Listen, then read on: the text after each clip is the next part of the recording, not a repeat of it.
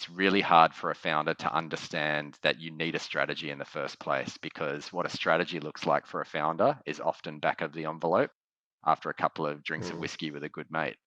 And when you get to a certain size and scale, I mean, you think of the Dunbar number of, like, societies or, tribes coming together.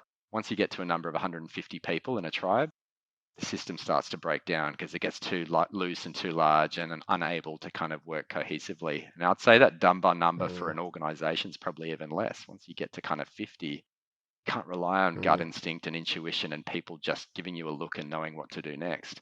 So I think the challenging Yeah. question for a founder is like, what's the value of having a strategy that exists outside of the mind of the founder or founders?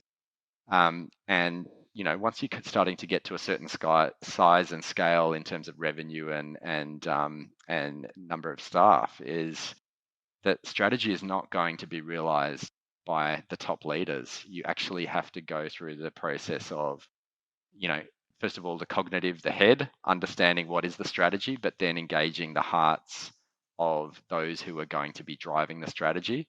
You then have to tap into the guts in terms of what is required for us to balance between delivering today in terms of our BAU or business as usual, and also making space for building the future. And I think that's a real challenge for a lot of founders and for kind of rapidly Mm. growing businesses, is you get caught up in the timeline of what decisions am I making for this week to get an outcome. Whereas strategy is kind of, about how many of my decisions in a week are contributing towards year 2 or year 3 of our next Mm. horizon.